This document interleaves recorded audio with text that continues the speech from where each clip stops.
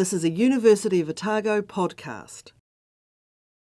In order to accomplish our mission, we run events like this. We run full conferences. There'll be a conference occurring in September will be February of 2017. We just had one in Auckland, February of this year. So every other year we try to run a main conference. Again, the idea is to invite those of us with this common interest in performance measurement to look at issues from a variety of lenses, because we see it very much as an interdisciplinary field, but to share our understandings so that we can all improve.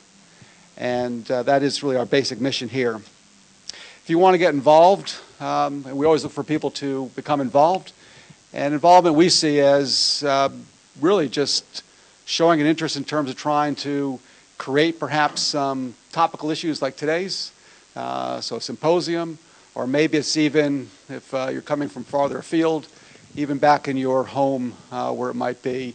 I've got people in Wellington, for example, that are looking for to create an evening's event around some topical event. So we're looking just for people that have an interest in sharing what they have, their skills and their energy. Today's topic is on salary differentials, looking at executives and employees.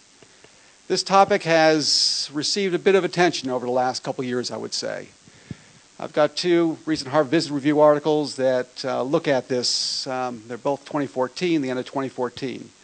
One by Lozniak, it looks at how we see productivity being shared for the most part with employees, all employees of the organization, until he shows about the 1970s, 80s. We see that there's a change. A gap starts to develop. Whether that's good or bad, I'm not going to say. I'd like to explore this today. That's the purpose of today's symposium. I'm not here to prejudge. Another article in the Harvard Business Review looks at CEO salaries and has a league table there. And we see that some of the salaries are 30 million, 35 million. Just yesterday I see that Mayer at Yahoo is now the top woman CEO, and she has, I think, 24 million a year. All good stuff, I would say. Maybe. Maybe it's good news. Maybe it's not so good news. Maybe from a perspective of, you have people that are paid well because they work quite hard, and they are able to provide excellent returns, we might say, for stakeholders.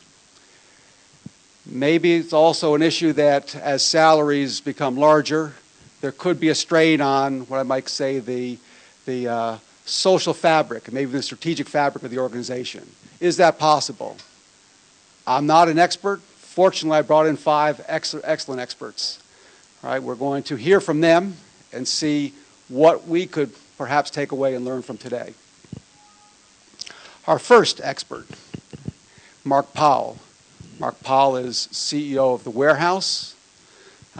He is unfortunately, well, I see it that way, leaving in the end of the year, I believe it is, Mark? February next year, all right. And taking on a higher calling, I might say. So I don't want to spend long in terms of my introductions here. I think that I want to reserve it for speakers. We do a fairly full day. We will have 3 speakers, then tea, then 3 more speakers, and we'll break for the end of the day. Mark, pleasure to have you here. Thank you for coming, and as always, look forward to hearing your talk.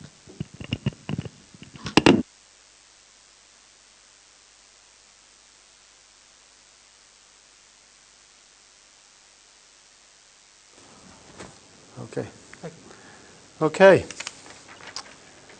Well, good morning. It's a real pleasure to be here. And probably the reason I'm here is probably twofold. One, I was either bold or stupid enough to comment on my salary when asked by the media if I thought I earned a lot of money. And also, I'll touch on that in a second, and also because of our Career Retailer Wage Initiative, which has significantly raised the pay levels of our team members. So just unpicking that topic of why I'm here. First on the my salary. It was very interesting how much media that generated, because I only made one very simple comment.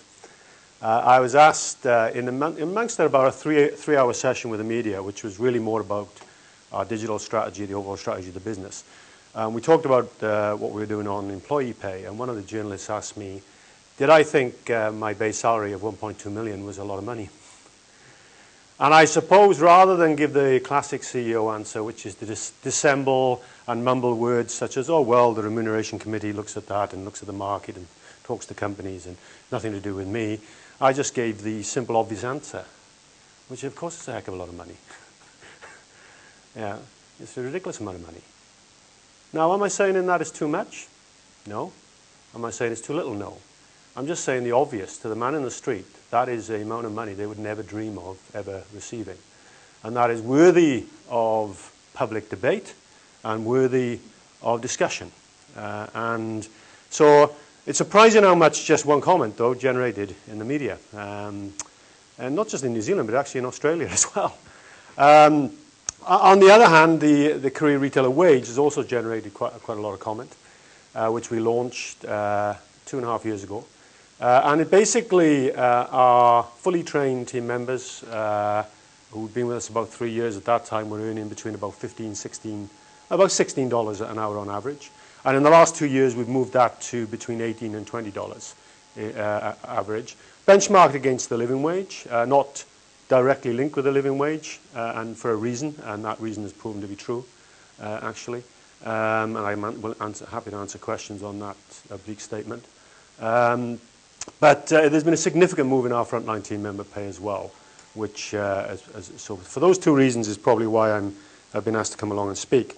In terms of the topic, I'll perhaps come at the topic differently in many ways. I think there are political, philosophical, ethical, and societal aspects to this topic beyond the narrow business worldview of measurement as well. And so I'll be coming at it addressing some of those wider topics, aspects as well.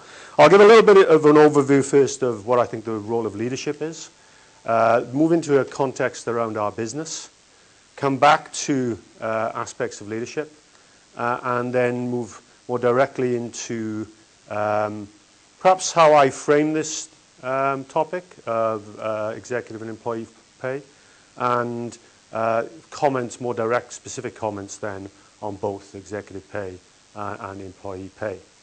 So moving into the aspect of leadership, I think that leadership has a very simple function in an organization. And this isn't saying what good leadership is, it's just saying what is the function of leadership. The function of leadership, I believe, in any organization is to clarify the purpose of the organization. Purpose, the objectives, the mission, lots of words there used, and some people get very picky about which each means. But let's just say the direction and purpose of the organization, to clarify that. Not necessarily to have all the answers, but in a team, make sure there is a real clarity of purpose. The second thing is to clarify the principles of the organization.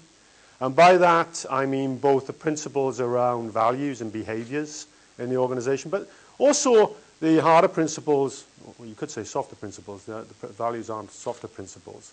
But the principles around how things are done around here. You know, from simple things like, do you turn up on time at meetings? How are meetings run? Are next steps taken? You know, how do you continuously improve? You know, how is problem solving operate? Have you got a common language of problem solving in the organization? So how are things done around here? How does communication happen? Is there frontline feedback and involvement? All those aspects of the principles, the frameworks, are they clear? And I believe leadership have a role to ensure that they really clarify those principles in an organization. And the third area then is from that, flowing from clarity of purpose and clarity of principles, is to clarify the priorities of the organization, which really is strategy. There's a lot written about strategy, and in reality, strategy, I think, is fairly simple. It tends to get padded out. I've done an MBA. You know, the actual basic models of strategy are pretty straightforward in strategic analysis. And, you know, largely, strategy application as opposed to analysis is about the priorities. what are the priorities of the organization to execute and deliver within the organization. So for me, the function of leadership is to clarify purpose, principles, and priorities. I'll come back to that because I'll relate it to a business purpose, principles, and priorities, and individuals' sense of purpose, principles, and priorities as well. So to give context to us, just in terms of our group, I took over as Group CEO now about nearly 4.5 years ago. As Ralph said, I'll be finishing as Group CEO next February. I set a maximum time limit for myself of 5 years. I didn't get any parole, so I will finish at the end of 5 years next year. Prior to that, I was 2 years CEO of Warehouse Stationery, which is another part of the group. The Warehouse Group had been in continuous decline for about 7 years before I became CEO. Sales decline of about 2-3% a year continuously. I'd got into I'd underinvested in the business. The stores are very tired. And we've tried to revive the business in the last 4 years through a number of strategies as well.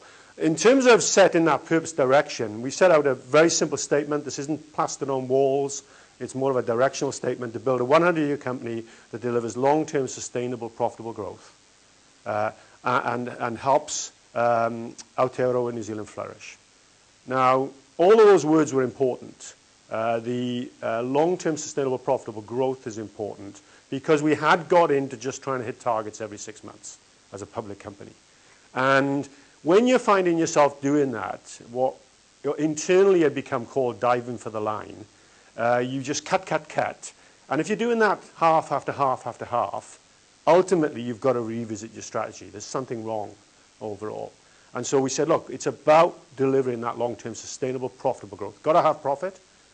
Profit allows you to invest, it's what our shareholders are there for, so it's absolutely critical. But also the second part is recognizing as a large company, we contribute on a broader basis in society. And I'll touch on that a bit later about, I believe good societies need good businesses and good businesses need good societies. And so it's recognizing that wider role we have as a major company employing over 12,000 people and with sales of $2.5 billion. We're a trading group. We basically sat down and said, well, what are we? We're a trading group. We looked at our core competencies, as we call them, our strengths and core competencies. New Zealand's scale, and scale in New Zealand is hard to get. I think it's an economic problem for New Zealand, is in that scale is important for business, but we're only big enough to have about 2 scale companies in any vertical, which doesn't really give enough competition in a number of verticals. And that competition scale issue can be an issue for us as a country, I believe. But we have New Zealand scale in a market that has a lot of competition, I might add. We understand the New Zealand customer market. That's what we feel is a core competency as well, really well. We've got basic skills in sourcing. We've got an office in China with about 90 people. We source many products. Basic skills in logistics and retail. And we deliberately set out 4 years ago, building on the previous 2 years in Warehouse Stationery, to make our people and our way of working a source of competitive advantage. Because in retail, in a consumer-facing business, your shopping experience is largely determined by how you interact with the frontline employee overall. And retail is highly competitive and fast-moving. And we need our people thinking. We need our people to be committed, not merely compliant. And engaged team members are committed. Unengaged team members are merely compliant, following the checklists and the rules overall. So we recognized that to have scale, we needed to be a group. We wanted to leverage that. And we wanted to broaden the group from being just the red sheds, where we felt there would be limited scope for growth, into other verticals. So over the last few years, we've tried to leverage those competencies. We're now not just the warehouse. Warehouse Stationery has continued to grow over the last 6 years, been highly successful. We acquired Noel Leeming about 2 years ago, and in terms of the reference today, Noel Leeming is probably a better case example, and I'll touch on that again later, for change. And we also have created an outdoor sport and adventure business called Torpedo 7, which has amalgamated a number of acquisitions. And we're also building a financial services business because we feel that that can be supportive of our core retail business. So that's what we've become. The strategy is broken down into 6 key priorities. Leadership's job is to make sure there's clarity of priorities. From a group perspective, first is to keep the red core strong. The red sheds is by far the largest business. And in terms of that, we've had to invest about $100 million in refitting our stores. Our Central Dunedin store here has been one of the last ones to be done, actually. It took quite a while to get that one done in terms of sorting out property issues, but you've seen a radical change in that. We've invested about 100 million in that. We've invested in our people, invested in training. I'll touch on a bit more of that. But keeping the red core strong is critical. Grow non-red profitably as large as red. That's Warehouse Stationery, Noel Leeming, and Torpedo 7. Be a leading digital retailer. Retail is changing. It's fast moving. This device, a smartphone that you've all got, thought I had mine in my pocket. Get worried when it's that far away. It's changed the world, and it's changed retail dramatically. Just not from a point of view of just like online shopping, but from a point of view of information. Customer has information at their fingertips for research. From a point of view of marketing, press and TV now have declined in their efficacy for marketing, digital marketing. We're all trying to figure out how it works, etc. Fourth area, sourcing better products at better prices. That's a key competency we need to leverage as a business. Fifth, be a leading New Zealand retail financial services business. We acquired Diners Club International as a base to do that. And sixth, more pertinent today, really, is leverage our group competencies and scale. And right in the group competencies and scale, there's our parenting model as a group is at the far end of non-integrated. Each of the brands is quite distinct, has quite a different customer positioning. We're not going to integrate them all. They're quite different. Our parenting model is largely around not huge leverage of combining systems, etc. It's around actually leveraging property, leveraging some back-end system areas, etc., but also leveraging our way of working, the framework of our way of working and our culture. And that's where the career retailer wage came into play as well. And also our approach to what we call retail as a career. So we've basically tried to address the issue that retail is seen as a fairly, in derogatory terms by many, as a career, when in fact it's actually a great career. I was with our Region 1 team, our south of the South Island team yesterday. They've got a new regional manager. He's in his early 30s. He started with us at 16. He's worked his way through. He's earning 150 grand a year. He's got no student debt. He started on checkouts. And that retail is a career where you can work your way through using your mind, being good with people, being smart, commercially smart. And we've tried to create a very clear pathway of opportunity, going right from our Red Shirts in School program, which now takes about 3,000 school children a year between 16 and 18 to get work experience, through to a Step 1, Step 2, Step 3 training program, which is linked to the career retailer wage. And once you've done 5,000 hours and done your training, which are now 60% of our team have, you will move to the career retailer wage, which at a minimum level will be $18.50 an hour. So it's between about $18 odd and $20 odd.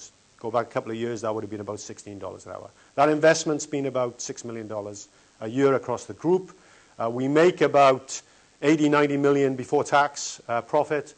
So that's the sort of scale on that investment, about 7% of our profit invested in that overall. About 5 times my salary, you could say, is what's been invested in those team members across the group. And I think that brings some perspective as well. And so we've also then put in place very clear management development, executive development, and launched with Massey University. Sorry, I know I'm in Otago, but they're on the North Shore of Auckland with us. We've launched the first retail degree in New Zealand, which has started in February, retail management degree, which we've sponsored 30 team members from across the country. It's a distance program as well, to give a very clear pathway for people who show initiative, who want to get on, to be able to have retail as a career overall.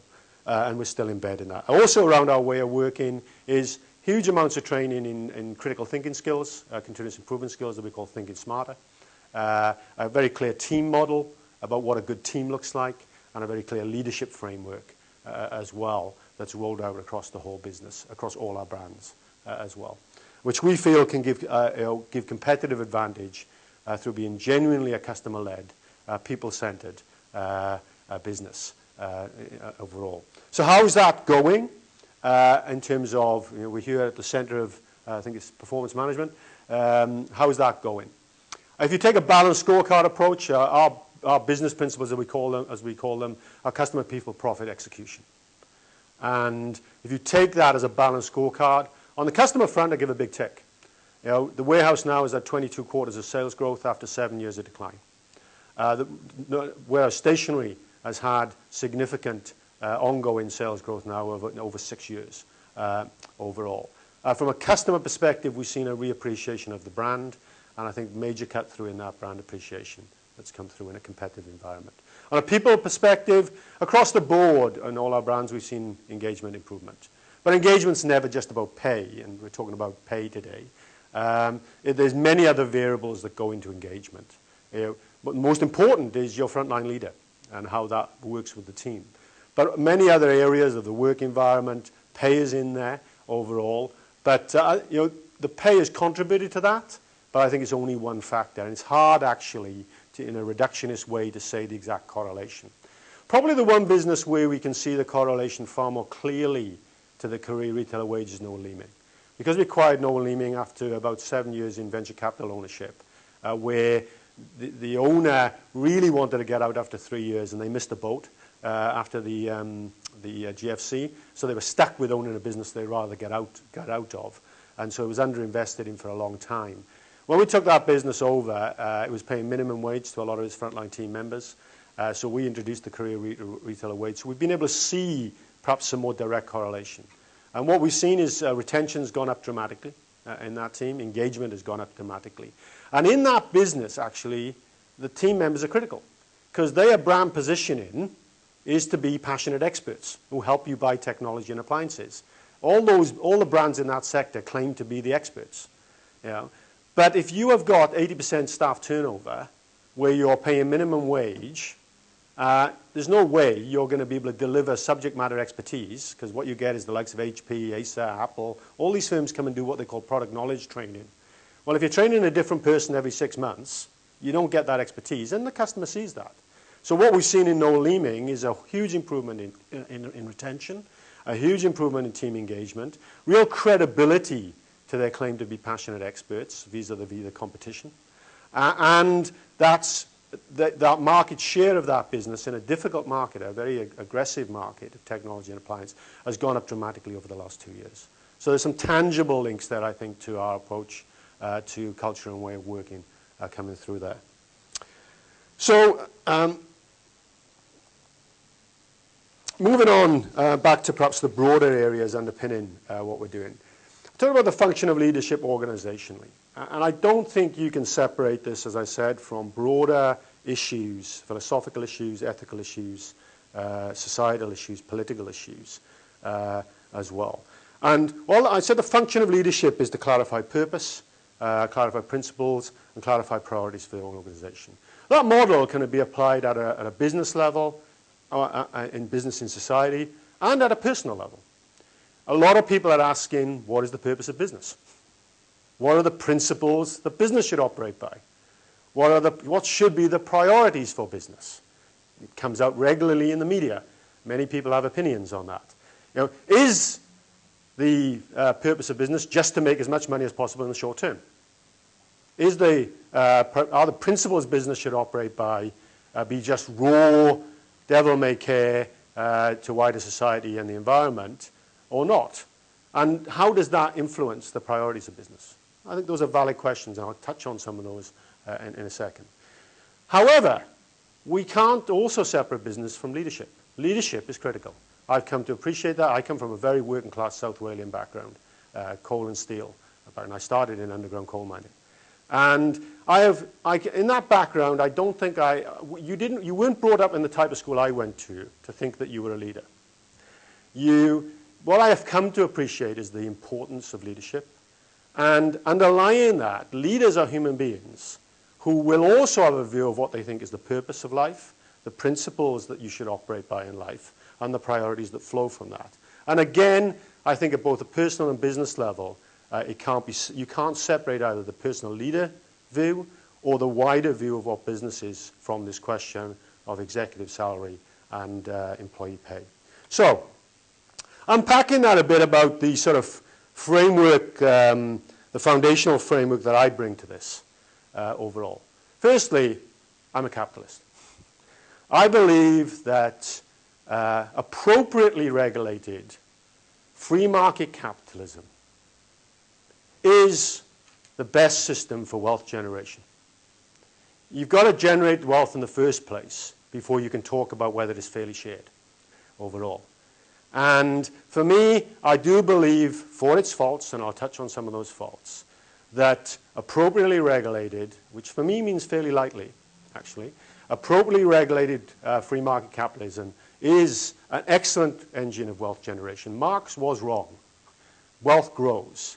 And overall, I think that's been proven by the evidence over the last 100 years.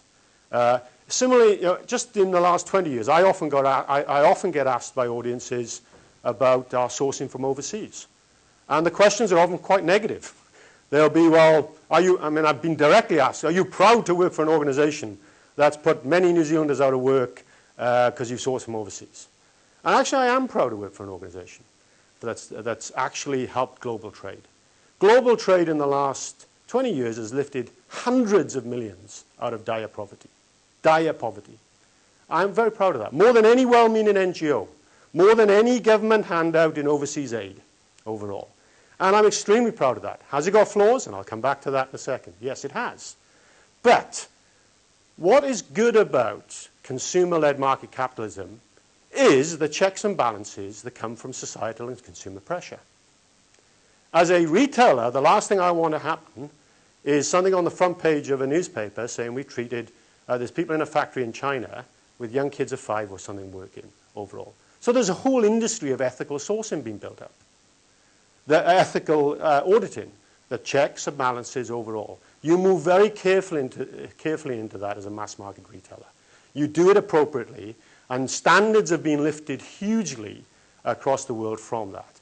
So for me, appropriately regulated market capitalism is a good wealth generation. So those of you in the room who are now market capitalists are probably feeling quite good overall. The other side of the coin, the conscious element. There's become this movement called conscious capitalism. I don't know what unconscious capitalism is. It must mean you just don't think about anything else. But conscious capitalism is really saying, which is, I think, is glaringly obvious, that business does not exist in isolation. Good businesses need good societies. Business can't thrive in a society that's fallen apart. So the business needs to take account of social justice issues and fairness issues at play in that wider society. You need thriving customers. You need customers who are flourishing and thriving overall. So I think there is validity to the wider societal concerns of business. And even if it is just transactional, it's just because, well, ultimately business will make more money and do better if you take account of it. I think that's valid. But I also think there's an ethical dimension to that. Which brings us to the third area, which is about personal commitments. So I think capitalism, with a conscious element of society, produces wealth generation and raises various questions then about executive pay and employee pay. I'll touch on it in a second. Finally, though, you can't separate the role of leaders. And where do leaders, and this comes into more the academic realm, and an area that's not often talked about, is what do the leaders believe is their own personal purpose and their own sense of personal principles and priorities? Because if we live in a world where philosophically we believe that actually it is just about making money, getting them more toys, having status and position, and that are the fundamental principles and values driving leaders, we've got a problem overall. And so I come at this from a position where I think there is a real purpose to life, and I think there are real principles to guide us. I think people are most fulfilled when they're part of something bigger than themselves that helps others flourish. And that fairness, justice, those issues of values and virtues are objectively real, and that plays out. Those are philosophical questions that often aren't talked about. I think about those things. I might be a bit weird. And that also plays into driving where I land on these issues. And that can't be separated, because you can't separate the leader from where they land. So where do I finally land on these critical issues? Well, firstly, on CEO salaries. When I gave that answer to the question of do I earn a lot of money, that was often misinterpreted by people as me saying I earn too much. I didn't say that. I just gave a very honest, obvious answer. Somebody said to me, do you think that what you earn is a lot of money? And as I said, I didn't say, well, refer to the remuneration committee. I said, well, yeah, of course it is. It's a ridiculous amount of money for most people. Is it too much, though, is a different question. I could make a strong argument that says I've saved this company $100 million in the last 5 years. Quite easily make that. And I could give you just 2 examples that add up to that much money overall. I think that would be wrong, actually. I think it is a valid issue for debate in society, is the level of CEO salaries. Because I think it feeds into the perception of societal divide. And it feeds into that, and it can have a very negative perception on the cohesion of an overall workforce and of society. New Zealand's actually not that bad. The actual multiples in New Zealand are nothing like in the US and in the UK. I actually don't have an issue with people earning a lot of money, who are especially entrepreneurs who've risked everything themselves. I think employee CEOs are different, and often they forget that they are employee CEOs. They're not entrepreneurs who've mortgaged their house and started the business and taken all the risks that others have taken. They've got far less risk at play, and therefore I think they can get a bit carried away with that. But I do think the base pay issue and the rises in base pay should be benchmarked in terms of what is getting to the front line and the rises to the front line. I'm talking base pay now. And so I've refused to take a rise percentage-wise above what our frontline teams get in terms of percentage rise. And that's ignoring the career retailer wage. I'm talking about the entry-level wage rise. I think that's appropriate overall. And so base pay, I think boards and remuneration committees have a duty to ensure that does not run away and keep multiples growing. I think short-term incentives and long-term incentives are a bit different. But short-term incentives and long-term incentives should genuinely be earned and not be easy giveaways with non-financial metrics that just get ticked to give them away overall. And shareholders should be concerned when they see that happening overall. So that's my sort of two-penneth, and I'll come back to a couple of other points on it in a second on CEO salaries. Similarly, though, you can't separate that from the values of the people who are CEOs themselves. And ultimately, the values we breed are either values of people seeing that they have a wider role to contribute to society and wider flourishing, and that just material greed and possessions and status is not what life is all about, are valid points to talk about in society and will flow through into leaders and into boards as well. On employee pay, I really do think that employee pay is an important issue, especially where people have been in an organization for a reasonable amount of time, have been fully trained, and are committed to that organization. And I do think whether employee pay is rising sufficiently enough should be an appropriate board discussion overall. And most people in society have learned to know that handouts don't work. So therefore I think why people are skeptical of some of the solutions of the left for poverty. Because handouts don't work. Handouts do. But when you have people who are clearly working hard, still struggling hugely, and the levels of pay over the last 20 years that have been seen in frontline rises compared to corporate profit growth and CEO growth, again, I think the question of whether enough is getting to the front line is a valid public debate overall. As a company, we feel we've taken a lead on that. We feel it has majorly contributed to the business. Now, some people may say, oh, well, your profits haven't gone up in the last couple of years. Well, the argument I would say is our profits were on a decline like that. If you extrapolated where we were 4 years ago, our profits would have been half of what they are now. So you can't just assume we'd have stayed where we were. So the last few years, we've maintained equilibrium more or less, which is a good result in that sense overall. So what's the solution? I think I know we've got a government minister here today. I think I got warnings to both the left and the right. I don't believe regulation works. I don't believe regulation will work in this area because it will kill the goose that lays the golden egg. And ultimately we need the wealth generation that comes from that amazing creative energy that market capitalism releases. So I'm not in favor of regulation. Certainly clumsy regulation that's just for political headlines. For the right, though, I think we need to question, does trickle-down need a push? Is enough getting to the front line? Can that be a relative thing where, not through regulation, but it's rightly questioned in the boardroom and rightly questioned in business, just like the environment is questioned, just like diversity is on the agenda for most boards? Is that something that a framework can be built around more appropriately that starts to question, is enough getting to the front line fully trained employees in our businesses? The living wage movement, I indicated earlier we didn't align with that, and I think time has proven we were right not to do that. My concerns were it was too ideologically and politically motivated in New Zealand, and that's proven to bear, I think, overall. They mix up living wage and minimum wage. I think they do that deliberately, even though they deny that, and I've met with them.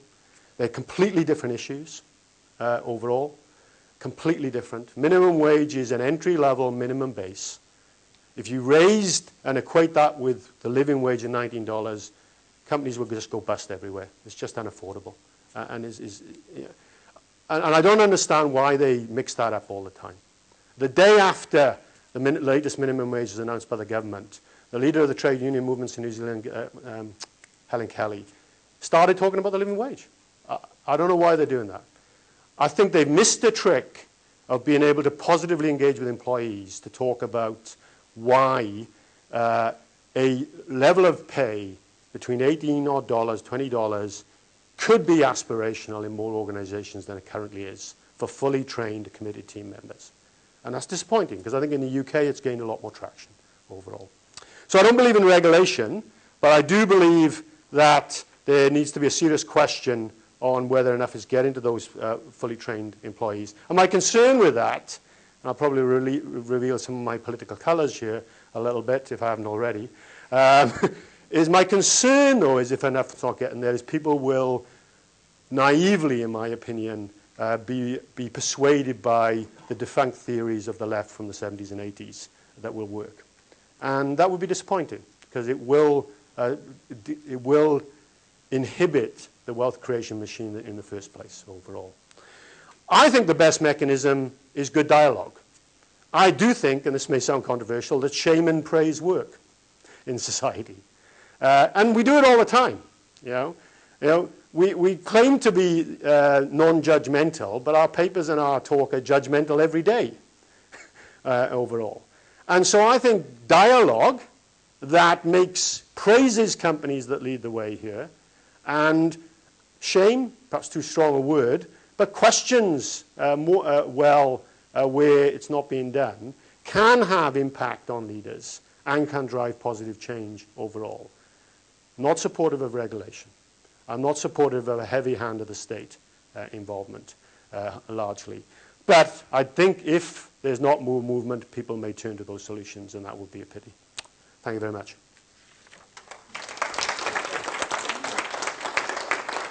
Thank you very much, Mark.